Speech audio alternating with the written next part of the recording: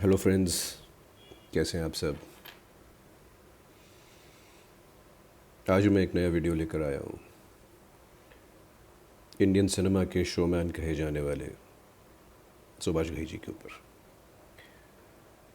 देखिए, मैं सुभाष घई जी को बहुत बड़ा फिल्म मेकर मानता हूँ और शायद 80s के वो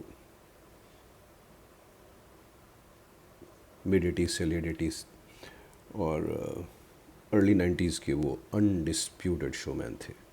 नंबर 1 फिल्म मेकर थे इंडिया के। उनके नाम पे फिल्में बिकती थीं।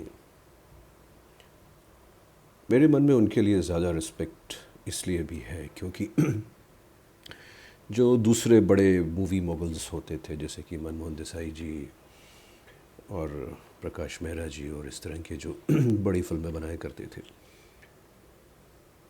वो किसी एक सुपरस्टार सेंट्रिक फिल्में होती थी और वो एक सुपरस्टार के आसपास घूमती थी, उसकी पर्सनैलिटी के आसपास, खासकर अमिताभ बच्चन जी के आसपास। लेकिन सुभाष घई जी ने बहुत बड़ी बड़ी ब्लॉकबस्टर्स दी हैं और उन ब्लॉकबस्टर्स में उन्होंने सुपरस्टार्स बनाए हैं, उन्होंने क्रिएट किए हैं। तो किसी एक हीरो के ऊपर या किसी एक हीरो की पॉपुलैरिटी या वर्सिटैलिटी के ऊपर वो डिपेंडेंट नहीं थे।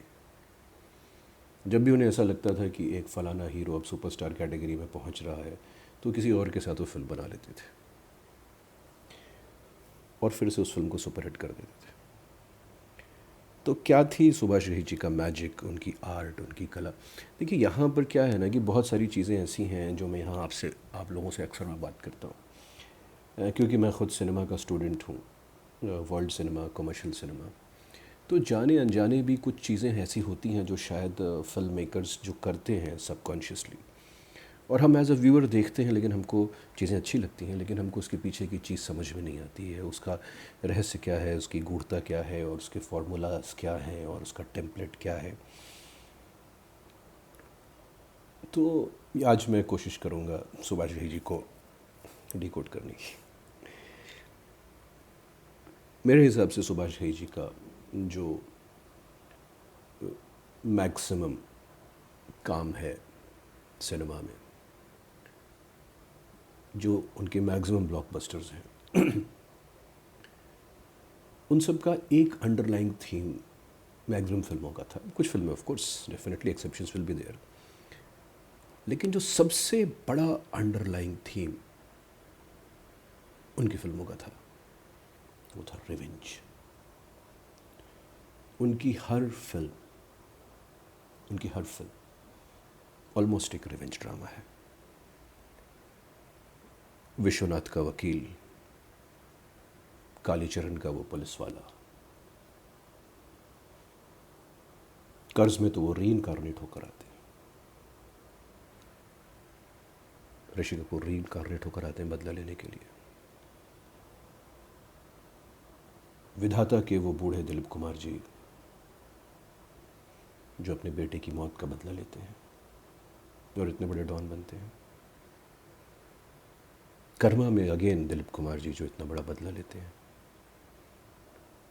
राम लखन में कहानी राखी के बदले की है कि अपने दोनों बच्चों को किस तरीके से आगे बढ़ाती हैं बदला लेने के लिए। सौदागर भी एक रिवेंज स्टोरी है, फ्रेंडशिप के बैकड्रॉप पे। दिलीप कुमार साहब और राजकुमार साहब पूरी टाइम एक दूसरे से बदला लेने में ही निकाल देते हैं। तो मेरे हिसाब से सुभाष घई जी की मैक्सिमम फिल्में, at the first glance, most of them are revenge based dramas. आगे बढ़ते हैं।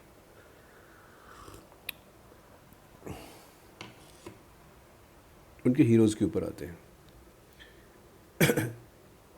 करियर के स्टार्टिंग में जब तक आदमी इस्टेब्लिश नहीं होता है तो हर तरह की फिल्में करता है, क्योंकि वो अपनी आर्ट ढूंढ रहा होता है, अपनी स्पेस ढूंढ रहा होता है। तो विश्वनाथ, कालीचरण और क्रोधी और गौतम गोविंदन जैसी फिल्मों को मैं बहुत ज़्यादा काउंट नहीं करता हूँ कि वो सुभाष घई जी का ओरिजिनल सिनेमा था। जब आदमी इस्टेब्लिश हो जाता है, जब उसके पास संसाधन हो जाते हैं, उसका नाम हो जाता है, फिर वो जब वो सिनेमा बनाता है, वो उसका ओरिजिनल सिनेमा होता है। मैं हीरो फिल्म से स्टार्ट करता हूँ। तो सुभाष घई जी के जो हीरोज़ होते थे, जो उनके नायक होते थे, उनमें मुझे कहीं न कहीं भगवान श्री कृष्ण जी की सिंबॉलिज़्म, कैरेक्टराइजेशंस और थोड़ी सी वो माइथोलॉजिकल चीज़ें भी दिखती हैं। हीरो का जैकी श्रॉफ फ्लूट बजाता है।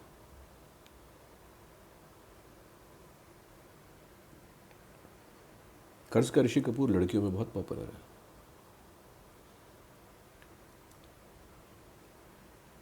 राम लखन का अनिल कपूर तो प्योर कृष्णा है।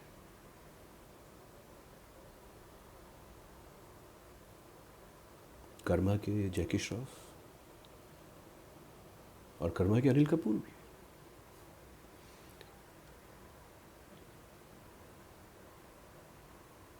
सौदागर के विवेक मुशरान, ये आपको थ्रू आउट दिख जाएंगे। बाद की फिल्मों में ये ज़रूर होता था कि बैलेंस, क्योंकि जैसे मैंने कहा कि सुभाष घई जी एक किसी हीरो के ऊपर डिपेंड नहीं होते थे, तो उनकी फ़िल्मों में वो पूरा बैलेंस करके रखते थे चीज़ों को। बाद में जब वो मल्टी स्टारर्स बनाते थे, और तो उनकी मल्टी स्टारर्स में ये कृष्ण के कैरेक्टर को बैलेंस करने के लिए अक्सर एक राम भी आ जाता करते थे। तो एक राम जी का कैरेक्टर को सिंबलाइज करते हुए एक और कैरेक्टर सामने हुआ करता था, जो कि अक्सर जैकी श्रॉफ निभाते थे। खलनायक का जैकी श्रॉफ राम है, राम लखन का जैकी श्रॉफ राम है। कर्मा में उस स्पेस में शायद नसीरुद्दीन शाह है। ये इस तरह की, मतलब जब मैं इस तरह की बात कर रहा हूँ तो ये कुछ टेम्पलेट्स हैं जिन पे ये लोग वर्क करते थे और बाकायदा ज़बरदस्त काम करते थे। एक और चीज़ जो सुभाष घई जी की फ़िल्मों में अक्सर देखने को मिलती थी कि वो हीरो के गेटअप्स के ऊपर और हीरो की बॉडी लैंग्वेज के ऊपर वो खासा काम किया करते थे। वो बात तक दिखता है। वो ताल के अक्षय खन्ना को भी उन्होंने एक मनोज कुमार स्टाइल में कुछ एक बॉडी लैंग्वेज दे दी थी, और खलनायक के संजय दत्त एक अलग ड्रेसिंग स्टाइल, जोकर, उस ज़माने का जोकर था वो। या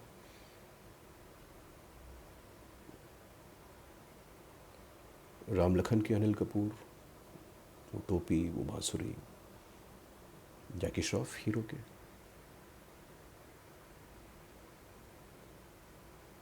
तो इंक्लूडिंग, आई मीन, जब शत्रुघ्न सिन्हा सेकंड रोल में आते हैं, काले चरण में भी और विश्वनाथ में भी, तो भी उनके गेटअप पे काफ़ी काम हुआ। वो फ्रेंच बियर्ड, वो काला चश्मा, तो उसके ऊपर काफ़ी काम करते थे सुभाष घई जी, जो एक उनके हीरो को एक अलग स्टैंड आउट करता था। अच्छा, वो उनके हीरो, एक दो एग्जाम्पल्स आप हटा दीजिए, तो उनके हीरो कभी भी बहुत ज़्यादा चॉकलेटी नहीं हुआ करते थे। वो थोड़े से हल्का फुल्के, रफ एंड टफ, हमेशा से मूछ दाढ़ी वाले ही हीरो वो रखा करते थे। एक दो चीज़ें एग्जांपल आप हटा दीजिए, वो एक्सेप्शंस हर जगह होते हैं, ट्रेंड्स भी होते हैं। ये उनके हीरो का एक कैरेक्टर है। और उनका हीरो, जो सुभाष घई जी का हीरो होता था, वो जो मेन कैरेक्टर होता था, वो लॉ को बेंड करने के लिए भी रेडी होता था, अपनी गोल्स को, अपनी चीज़ों को अचीव करने के लिए। वो चाहे विधाता का दिलीप कुमार हो कि राम लखन का अनिल कपूर हो, वो कोई बहुत ज़्यादा एकदम स्ट्रेट जाने वाला कैरेक्टर नहीं था। वो अंडरहैंड टैक्टिक्स भी अपनाते थे, विश्वनाथ के शत्रुघ्न सिन्हा, अपने गोल्स को अचीव करने के लिए। लेकिन इन सब से ऊपर जो मैं सुभाष घई जी की एक जो उनकी आर्ट का बहुत बड़ा हिस्सा था, वो थी म्यूज़िक के ऊपर उनकी पकड़। और लक्ष्मीकांत प्यारेलाल जी को भी उसका क्रेडिट दिया जाना चाहिए कि वो सुभाष घई जी को ये जानते थे कि उनको क्या चाहिए होता है, और उनके लिए big budget, big bonanza type का म्यूज़िक करते थे, जो कि बिग स्क्रीन और बिग मूवी का एक फील देता था। और बैकग्राउंड म्यूज़िक के ऊपर जो उनकी पकड़ होती थी, आप हर फिल्म में उनका एक थीम होता था। विश्वनाथ में उनका एक थीम था, कर्ज में उनका थीम आज भी याद है, हीरो का एक थीम था, कर्मा का एक थीम म्यूज़िक चलता है, सौदागर में भी है, खलनायक में भी है, मेरी जंग में भी है। जो थी म्यूज़िक की सुभाष घई को समझ थी, वो अब बाद में वो सारी चीज़ें काफ़ी आई हैं, लेकिन जिस तरह का थीम म्यूज़िक और बैकग्राउंड म्यूज़िक वो अपने एक्टर्स और कैरेक्टर्स को सपोर्ट में ले आते थे, वो एक कमाल की चीज़ थी सुभाष घई जी की। और वो ही एक चीज़ थी, चाहे वो खलनायक का भी हो, रीरा रोरी, जो भी बैकग्राउंड उनका मस्त था, गज़ब था। तो जो उनकी फ़िल्मों को दूसरी फ़िल्मों से और बड़ी दिखाती थी और ज़्यादा स्टैंड आउट होता था, जो उनका म्यूज़िक है। म्यूज़िक की बात करेंगे तो उनके जो गाने होते थे, अगेन वो मनमोहन देसाई की फ़िल्मों के जैसे, वो सिर्फ गाने गाने नहीं होते थे, वो कहानी को आगे बढ़ाते थे, और वो इवेंट होते थे, वो बड़े आइटम होते थे, वो ह्यूज सेट पीसेस होते थे जिनमें कॉमेडी भी होती थी, एक्शन भी होता था, कहानी भी आगे बढ़ती थी। आप किसी भी फिल्म के गाने देख लीजिए, इनफैक्ट कर्ज का तो पूरा क्लाइमेक्स ही एक गाना है, कर्मा का हर कर्म अपना करेंगे है वतन तेरे लिए, हीरो के आप सारे गाने देख लीजिए, कभी चेज़ हो रही है, कभी हीरोइन बीमार है, कभी यू नो अपना रिबेलियन दिखाना है, और क्लाइमेक्स अगेन हीरो का गाने के ऊपर ही थी, वो कव्वाली थी जिसमें संजीव कुमार जी कपड़े अपने बदलते रहते हैं। उसी तरह से सारे गाने जितने भी थे सुभाष घई जी के, चाहे वो खलनायक के गाने हों या सौदागर के गाने हों, राम लखन के गाने हों, कर्मा के गाने हों, मेरी जंग के गाने, सब अपने आप में एक इवेंट है, एक सेट पीस है, एक बड़ा सा शो पीस है, जिसमें फिल्म मेकर सारे अपने कैरेक्टर्स को एक्सपोज करता था और अपनी फिल्म मेकिंग टेक्निक भी दिखाता था, और म्यूज़िक का कैमरे के मूवमेंट से क्या रिलेशन है, उस चीज़ को सुभाष घई बाकायदा अच्छा करते थे। कहते हैं कि इसमें उनके करियर के स्टार्टिंग में उनको मनोज कुमार साहब ने बड़ी हेल्प की थी, पता नहीं मुझे, this is what I keep on hearing in film circles. आ जाते हैं सुभाष घई जी के हीरोइंस के ऊपर। सुभाष घई जी के हीरोइंस, दो तीन एग्जाम्पल छोड़ दें तो वो टिपिकल वो राधा के मोल्ड वाली हीरोइंस रहती थी, कि किशन का इंतज़ार करती हुई एक राधा, या फिर श्री राम का इंतज़ार करती हुई सीता। ये बहुत ही स्ट्रिक्ट उनका एक मोल्ड था हीरोइंस को लेकर, और बहुत ज़्यादा उसमें डेप्थ या कैरेक्टराइजेशन ये नहीं देते थे, अनलेस एंड अनटिल वो एक मैच्योर कैरेक्टर है, जैसे कि राम लखन में राखी जी का था, या मेरी जंग में नूतन जी का था। इसमें एक एक्सेप्शन जो मुझे याद आता है वो है सिमी ग्रेवाल जी का नेगेटिव शेड का रोल, जो कर्ज में था, वो ऑलमोस्ट पूरी फिल्म को वो ड्राइव करती हैं। अदरवाइज़ उनकी फ़िल्मों में हीरोइन का काम बस उतना ही होता था जितना अमूमन उस दौर की सारी बिग बजट फिल्मों में होता था, और उससे ज़्यादा कुछ नहीं। हीरोइन को खूबसूरत दिखना था, हीरोइन को दो तीन अच्छे गाने करने थे, had to be a good dancer, और वो राधा और सीता के ही मोल्ड में वो हीरोइंस रहती थी।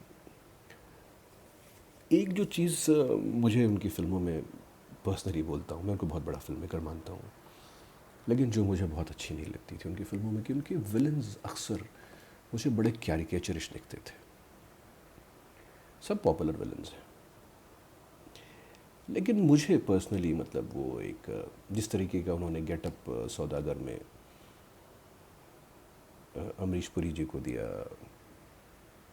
या रज़ा मुराद जिस तरह का गेटअप उन्होंने राम लखन में लिया था, और जिस तरह की दूसरी भी चीज़ें जो डॉक्टर डैंग में जो अनुपम खेर ने किया था, ये सारे के सारे पॉपुलर विलन्स थे। और जो प्रमोद माउथे ने खलनायक में किया था, सारे के सारे पॉपुलर विलन्स थे। और त्रिमूर्ति में भी जिस तरीके का मोहन आगाशरी, लेकिन वो मुझे बड़े कॉमिक बुक और कैरिकेचरिश लगते थे, जो मतलब जो लेवल पे उनको पहुंचना था वो नहीं देखते थे। ये मेरा एक पर्सनल ओपिनियन है, बट वो सुभाष घई जी उनको भी क्रिएट करते थे।